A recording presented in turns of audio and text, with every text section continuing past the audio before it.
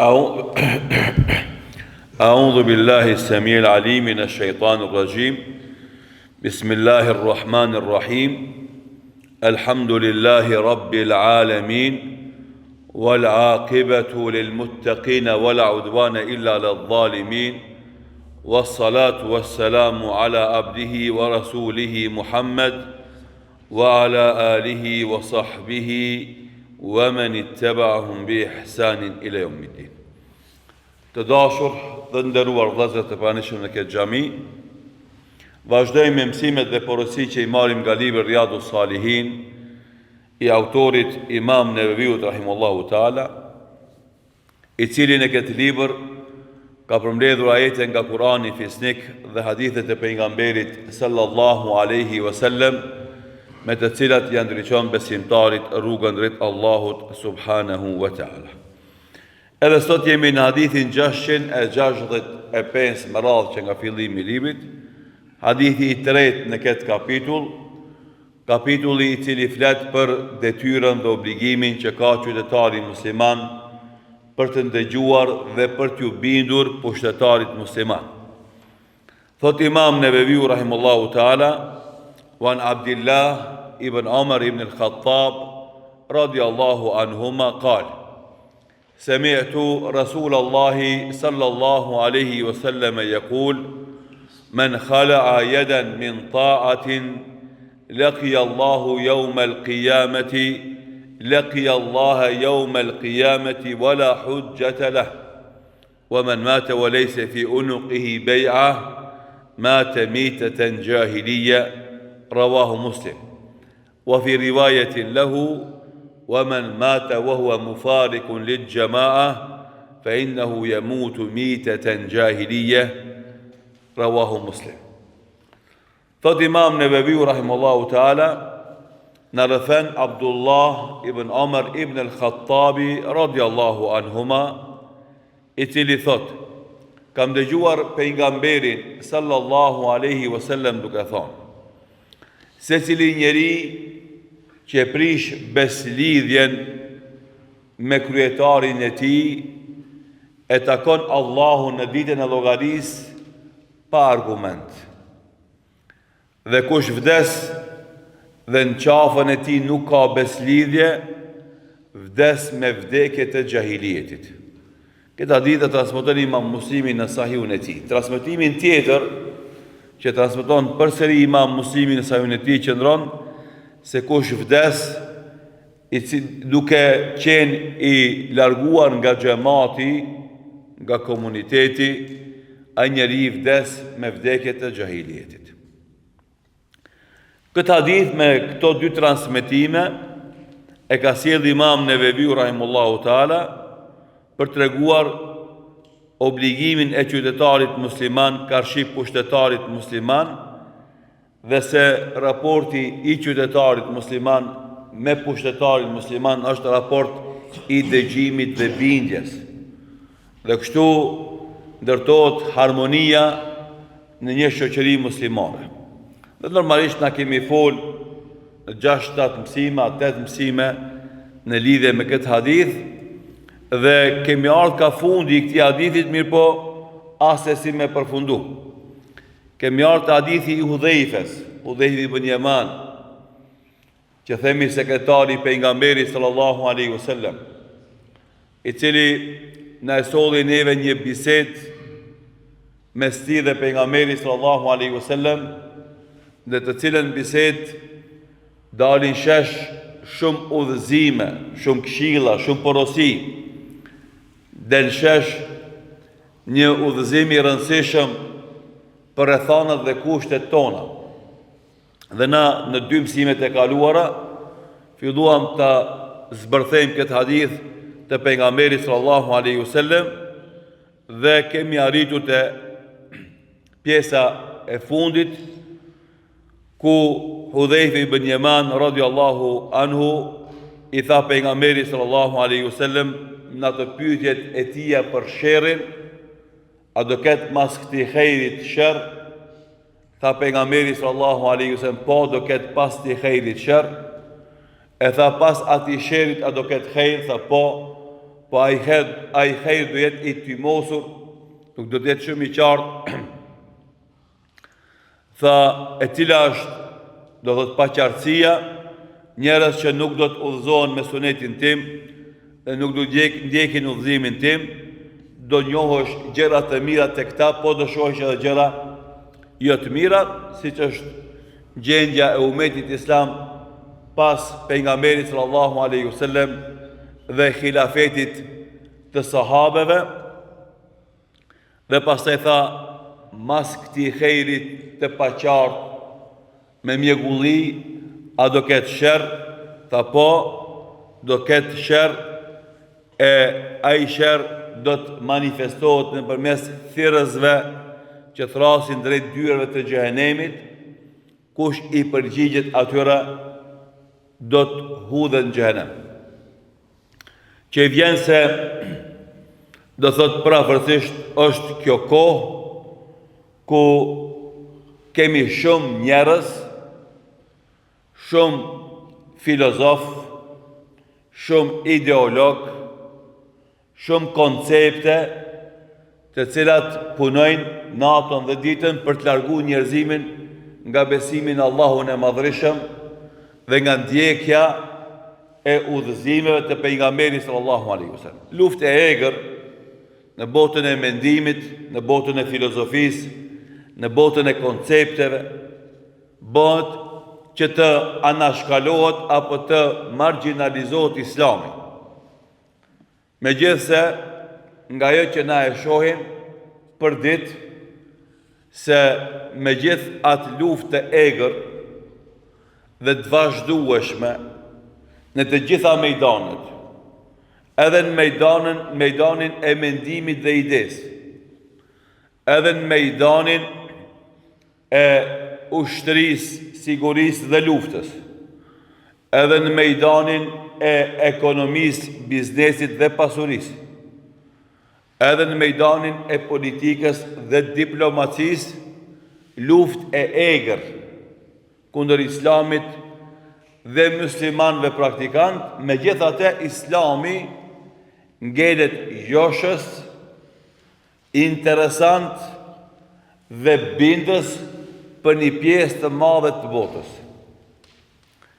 Logjika e thjeshtë konstaton se kur bëhet një luftë kaq e egër kundër një feje, një doktrine, një filozofie, ajo duhet dobësohet detyrimisht bile edhe të zhduket. Miliarda janë pyetje. Miliarda pasuri, miliarda njerëz, janë me miliona filozof, profesor universitar, akademik, janë me mija dhe qindra mija, po edhe miliona misionar që luftojnë kundër Islamit. Megjithatë, Islami jo që zbehet, jo që dobësohet, jo që paksohet numri i tyre, po është në rritje të avancuar, në rritje të shpejtë, dhe që tash do të arrijë numri i muslimanëve 2.2 miliard musliman, dhe për një kohë shumë të shkurtë pritet që Islami të jetë feja më e madhe në botë. Edhe janë pyetje, do thotë, javë, muaj, jo më vite. Luftra ku viktimi janë muslimanët. Komplote dhe sabotime që në pyetje janë shtete muslimane. Mediatikisht luftë e përditshme, mëngjes, drekë, mbrëmje. Edhe pritja ka qenë që numri muslimanëve të bie, se atje ku s'mund t'i dobësojmë ideologjikisht, do i vrasim. Si që bëhen shumica e luftrave, tani e 40 vite paraportësisht, që nga viti 1991 e deri më sot, shumica e luftave bëhen në vendet muslimane. Përveç luftës së re që është Rusi-Ukrainë, të gjitha luftat tjera kanë qenë tek muslimanët, kundër muslimanëve. të udhëhiqura prej shteteve jo muslimane, krishtere konkretisht. Edhe andaj teoria se islami, terrorizmi, radikalizmi është rrezik për botën, bie në ujë me një herë, ku ta shohim se në 40 vitet e fundit, luftat kundër muslimanëve i udhëheqin shtete dhe ushtri që kanë buxhete milionëshe, miliardëshe, trilionëshe dhe që udhëhiqen prej njerëzve jo musliman, respektivisht krishterë. Edhe kushdo që shikon nga anësh e kupton qartë se për çfarë bëhet fjalë. Sidoqoftë, ky përshkrim i sherrit për cilën pyet Hudhaifi ibn Yaman radhiyallahu anhu, duatun ala abwabi jahannam, thirrës drejt portave të xhehenemit, men ajabahum ilayha qadhafuha fi kush u përgjigjet atyre, ata e hudhin xhenem, është përgjigje ekselente, shumë e bukur, shumë e qartë, shumë përmbledhëse e krejt kësaj që ndodh tani e 150 vjet. Krejt këta filozofi që imponohen dhunshëm shteteve të ndryshme në botë janë thirrje drejt xhehenemit. Edhe fatkesisht një numër do të i konsiderueshëm i njerëzve musliman janë përgjigj thirrjes së këtyre thirrësve drejt portave të xhenemit. Ata që kanë thirrë në komunizëm, në ateizëm dhe janë përgjigj shumë musliman, janë përgjigj thirrësve për xhenem. Edhe ata thirrës për demokraci që thrasin akoma me një vrull edhe entuziazëm shumë të madh, janë të njëjtët thirrës për drejt portave të xhenemit. Dhe kush u përgjigjet atyre dhe i nështrohet doktrinave, koncepteve, filozofive që ata i ofrojnë, do të i përgjigjen kësaj thirrjeje. Dhe këto nuk e dia e përmenda në mësimin e kaluar, po e kena përmendur në mësimet e mëhershme, do të Islami nuk pranon kompromis. Edhe kjo është fuqia e Islamit. Edhe kjo është rreziku që paraqet Islami për filozofi tjera.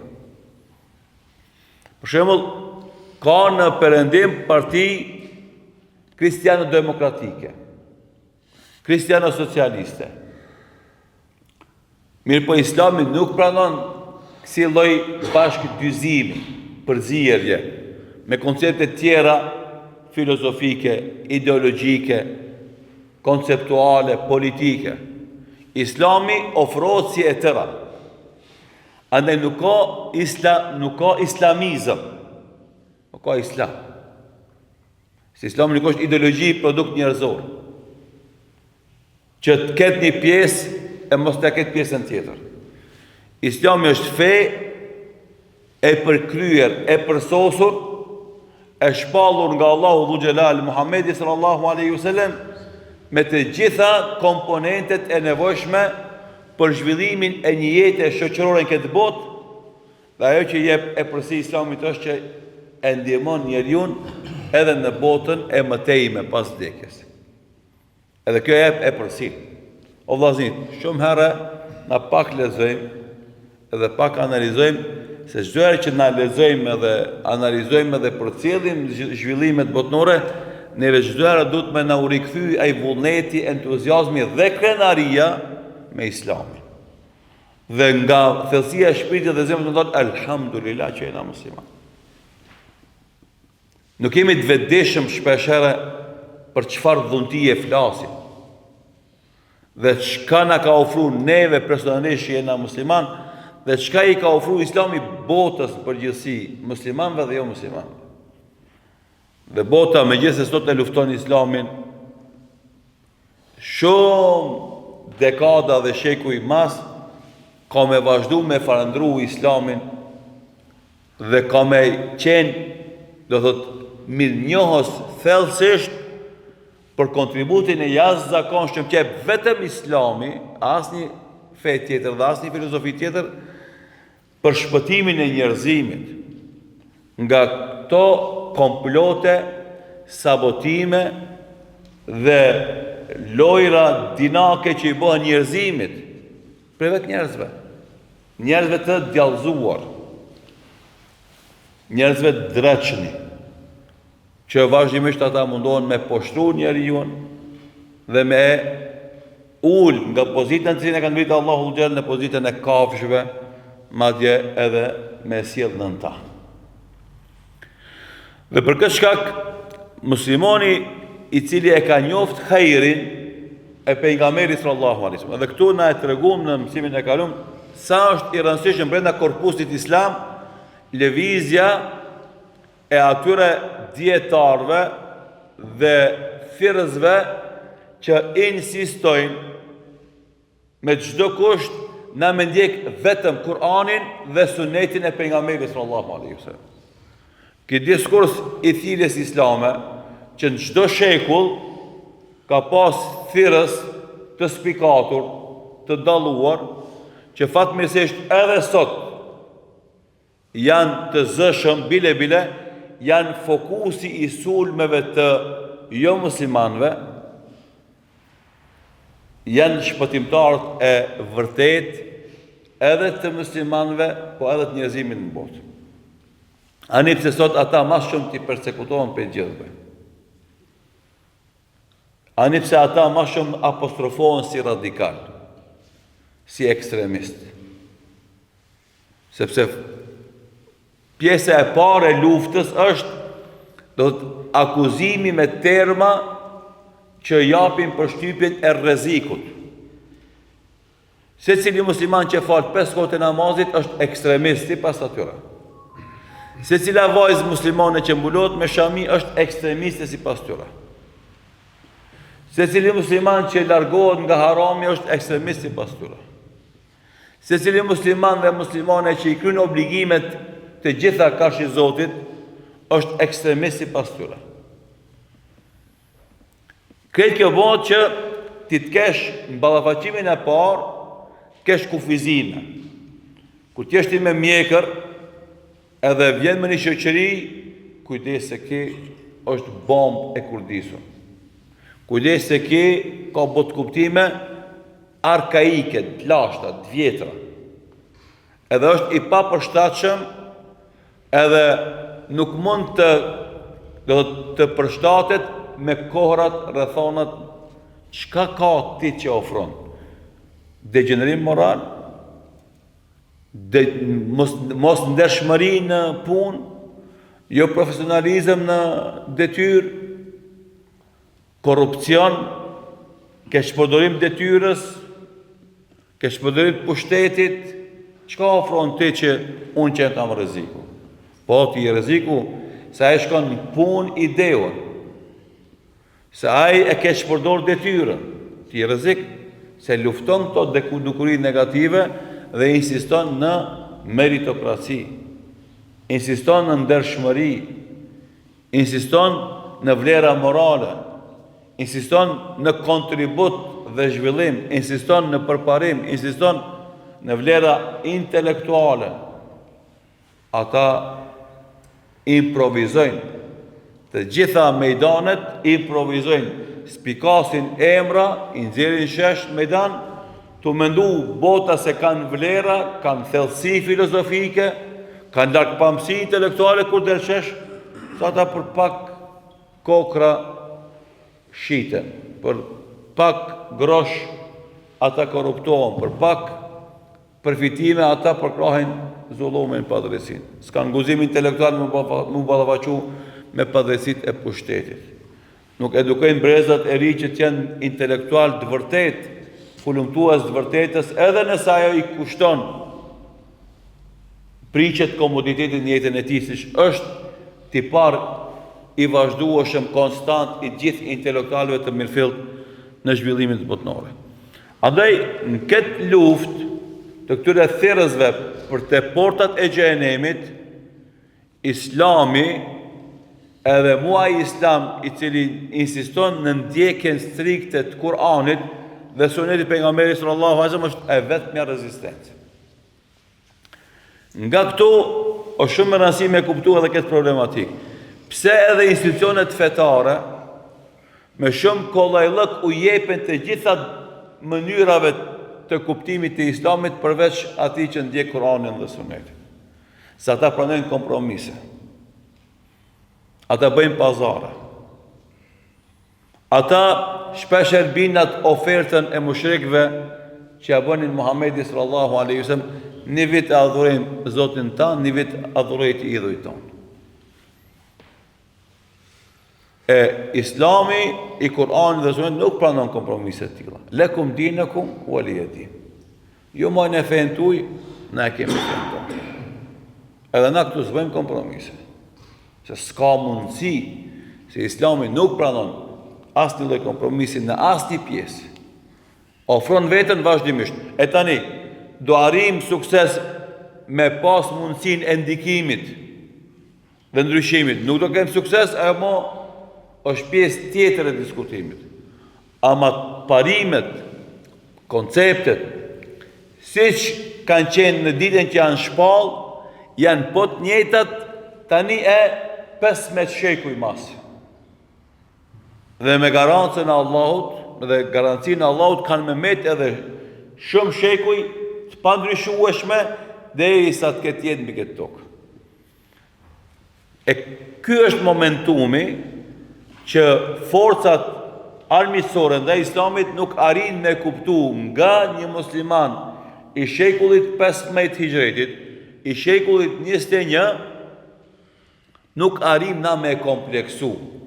Edhe ai vazhdimisht ngelet krenar me Islam. Islami sot nuk sundon në botë.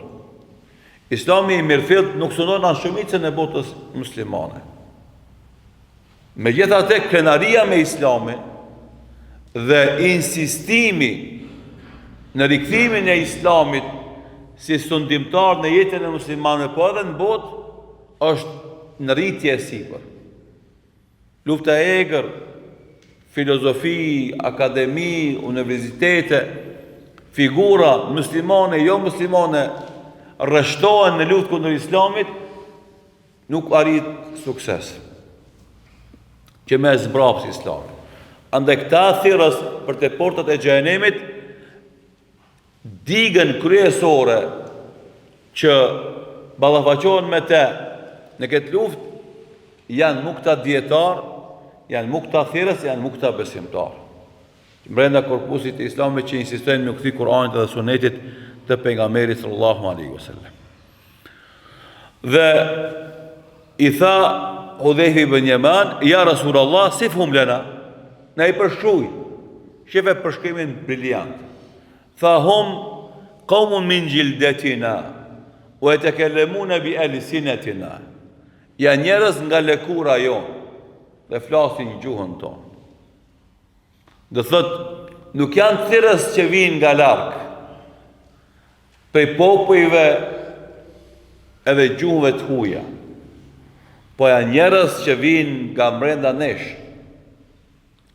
Janë populli jonë, flasin gjuhën tonë. Edhe kjo është e vërtet absolute.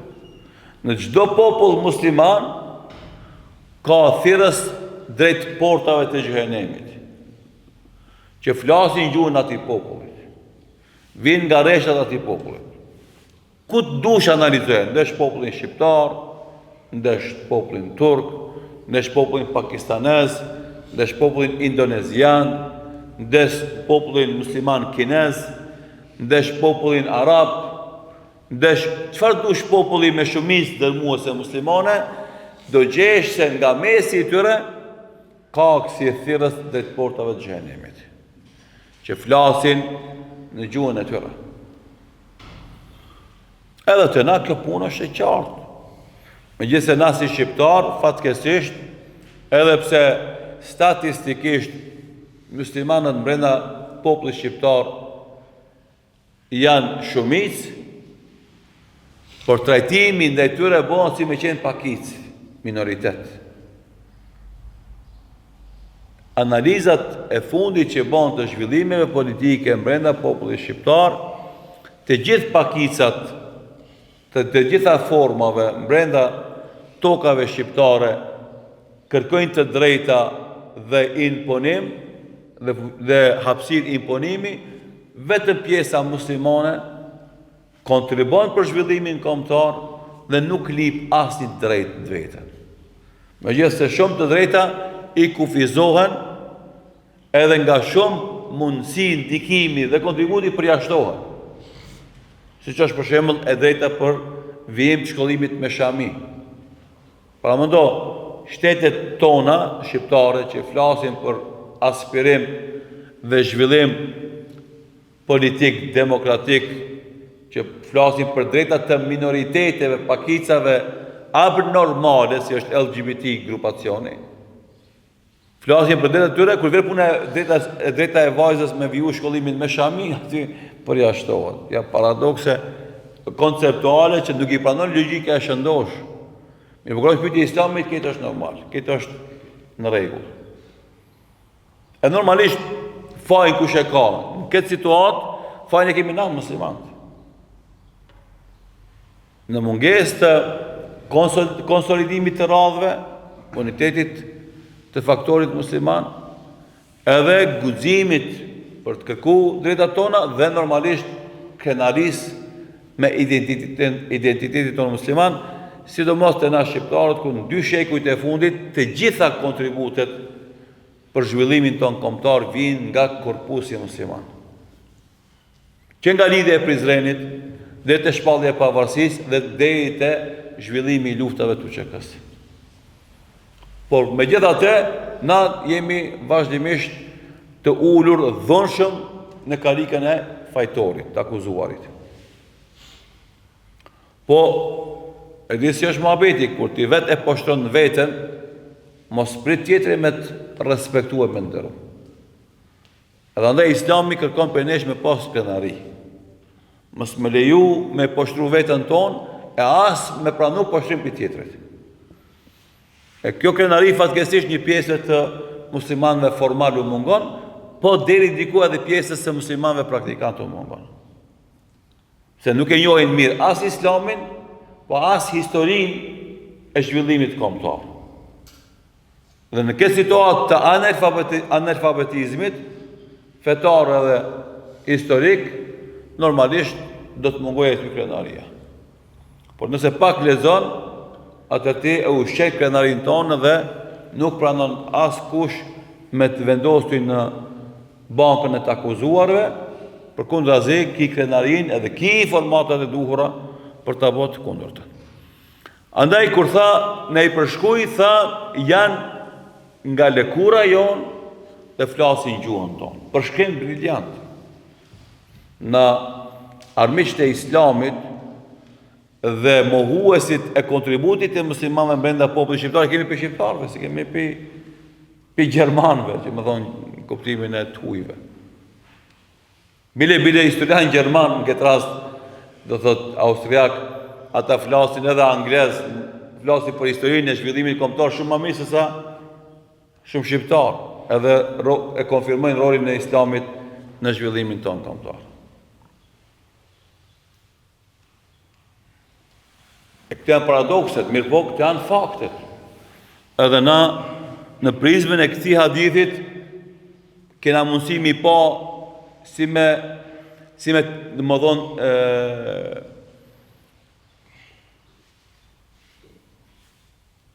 si me teleskop gjanat, me në izmadhua dhe me i kuptua qartë se si do thot zhvillohen gjërat edhe si mundohen të fshihen ato dhe si janë realitetet në përgjithësi. Normalisht, na e sharun veç një resht të këtij hadithit, se poenta e këtij hadithi që kemi sjellë në këtë kapitull është pjesa e fundit, ku Hudhaifi ibn Yamani thot, e çka të bëj unë nëse arrin në atë kohë, kësaj kohë ku jemi na,